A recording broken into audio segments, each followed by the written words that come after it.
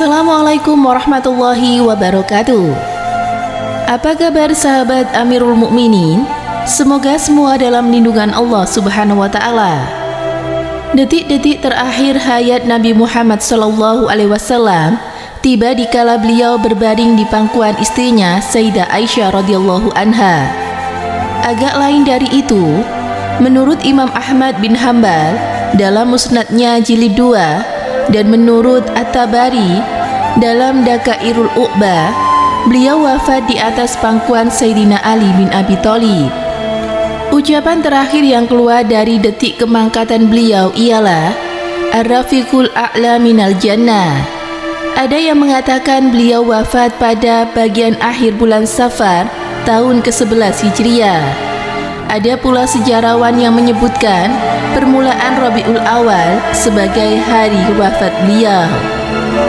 Pemakaman Al-Hamid Al-Husaini dalam bukunya yang berjudul Sejarah Hidup Imam Ali bin Abi Thalib radhiyallahu anhu menulis pada saat wafatnya Rasulullah, Ali bin Abi Thalib adalah orang pertama yang segera turun tangan untuk merawat dan mempersiapkan pemakaman jenazah manusia terbesar di dunia tersebut, yang paling dicintai dan dikagumi itu. Untuk pertama kalinya, kaum muslimin menghadapi cara pemakaman jenazah orang paling mulia dan paling dihormati dan juga dicintai sebagai pemimpin yang agung. Tata cara yang direncanakan untuk pemakaman jenazah suci itu memang banyak menimbulkan perbedaan pendapat di kalangan kaum muslimin, terutama mengenai problema siapa yang berhak memandikan, siapa yang berhak menurunkan ke liang lahat, dan lain sebagainya. Tentang di mana jenazah suci akan dikebumikan juga menimbulkan perbedaan pendapat di kalangan para sahabat. Sebagian menuntut supaya jenazah Rasulullah dimakamkan di Mekah.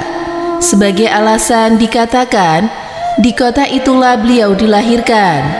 Sebagian lain menuntut supaya jenazah beliau dimakamkan di Madinah, di pemakaman Baqi, dengan alasan agar beliau bersemayam bersama-sama pahlawan syahid yang gugur dalam perang Uhud. Akhirnya perbedaan pendapat itu dapat disudahi setelah Abu Bakar radhiyallahu anhu mengumumkan bahwa ia mendengar sendiri penegasan Rasulullah, semua nabi dimakamkan di tempat mereka wafat. Berdasarkan itu, bulatlah mereka memakamkan jenazah Nabi Muhammad SAW di rumah beliau di Madinah. Tentang masalah siapa yang akan mengimani sholat jenazah secara berjamaah itu juga menjadi pertikaian. Pertikaian itu terjadi karena hal itu dipandang suatu kehormatan yang sangat tinggi bagi seseorang yang bertindak atau selaku sebagai imam sholat jenazah bagi manusia agung seperti Rasulullah tersebut. Karena tidak tercapai kesepakatan, akhirnya tiap orang melakukan sholat jenazah sendiri-sendiri. Sementara itu, terdapat riwayat lain yang mengatakan bahwa dikala itu adalah Ali yang mengusulkan sholat jenazah secara berjamaah. Usul tersebut diterima oleh kaum muslimin, bahkan disepakati ia bertindak sebagai imam. Begitu pula tentang siapa yang akan mendapatkan kehormatan menurunkan jenazah suci ke liang lahat. Abbas bin Abdul Muttalib, paman Rasulullah, mengusulkan supaya Abu Ubaidillah bin Al-Zahra saja yang menurunkan ke liang lahat. Sebagian alasan dikemukakan bahwa dia sudah bisa menggali lahat dan juga mengebumikan orang-orang Mekah. Ali bin Abi Thalib berpendirian lain, dia mengusulkan agar Abu Talha An-Ansyari saja yang turun ke liang lahat. Alasannya senada dengan paman Rasulullah tersebut, hanya katanya lain, ia sudah biasa menggali lahat dan memakamkan orang-orang Madinah. Setelah melalui pertukaran pendapat beberapa lamanya, akhirnya terdapat saling pengertian dan Abu Talha mendapat kehormatan menggali liang lahat. Kemudian timbul pula problema baru. Siapa yang akan menyertai Abu Talha dalam melaksanakan tugas terhormat itu? Menurut Al-Hamid Al-Husaini, Problema-problema seperti itu timbul karena tidak ada seorang pun yang diakui otoritasnya untuk mengatur dan menentukan tata cara pemakaman. Juga karena tidak ada wasiat apapun dari Rasulullah tentang sesuatu yang perlu dilakukan oleh kaum muslimin pada saat beliau wafat. Soal-soal yang bagi orang zaman sekarang dianggap kurang penting, pada masa itu benar-benar dipandang sebagai salah satu soal yang sangat besar. Lebih-lebih karena yang dihadapi oleh kaum muslimin ialah jenazah Rasulullah SAW, hal itu wajar.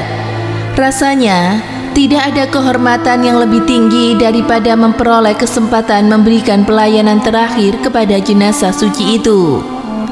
Akhirnya, Ali bin Abi Thalib dengan terus terang dan tegas berkata, "Tidak ada orang yang boleh turun ke liang lahat bersama Abu Talha selain aku sendiri dan juga Abbas."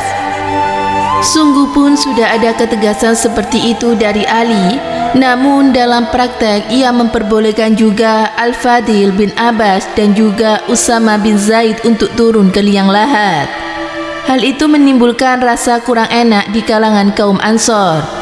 Mereka menuntut agar ada seseorang dari kaum Ansor yang juga ikut.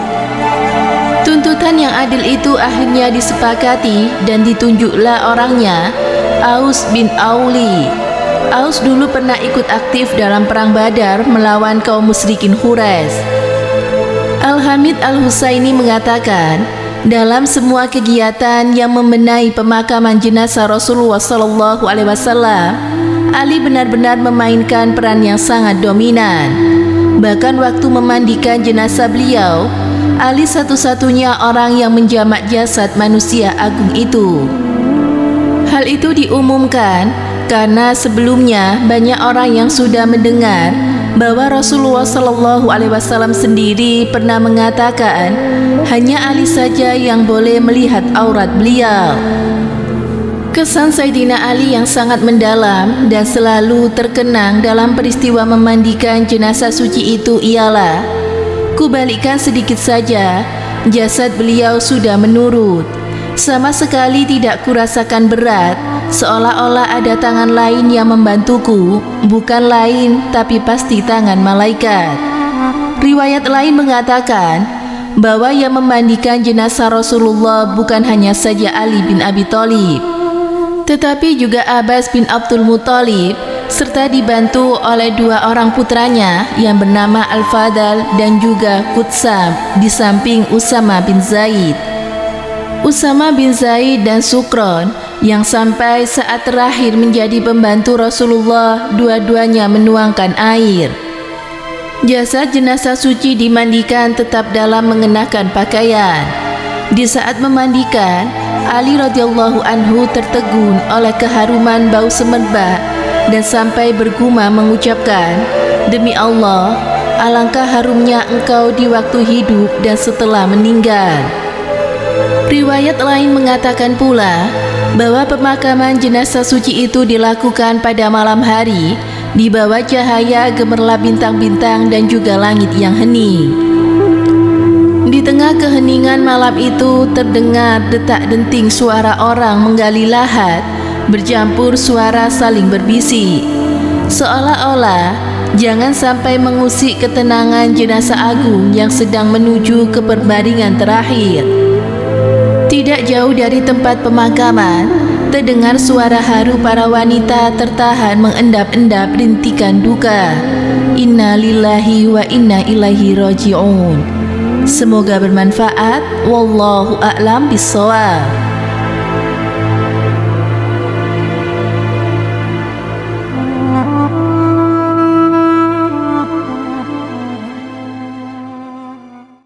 Assalamualaikum warahmatullahi wabarakatuh. Rasulullah Muhammad SAW wafat pada tanggal 12 Rabiul Awal tahun 11 Hijriah. Rasulullah wafat pada usia 63 tahun di rumah Aisyah, istri beliau. Rasulullah wafat dalam usia 63 tahun. Beliau berhasil menguasai seluruh jazirah Arab masuk ke dalam Islam. Bayangkan, dalam usia 63 tahun beliau mampu menyatukan seluruh jazirah Arab dalam pangkuan Islam. Hari ini usia 63 tahun, apa yang kita hasilkan? Dan Rasulullah adalah orang yang sukses dalam mengemban misi kenabian dan menyebarkan agama Islam ke seluruh jazirah Arab. Meski Rasulullah menjelang akhir hidupnya, beliau sakit panas demam selama 13 atau 14 hari. Beliau sempat untuk menjalankan sholat. Dalam satu riwayat disebutkan setelah sadar dari pingsan Rasulullah, sholat dipandu dengan Ali bin Abi Thalib dan Abbas bin Abdul Muthalib mengimani sholat subuh. Walau badan beliau belum fit. Demikian itulah, semoga memberi manfaat. Wassalamualaikum warahmatullahi wabarakatuh.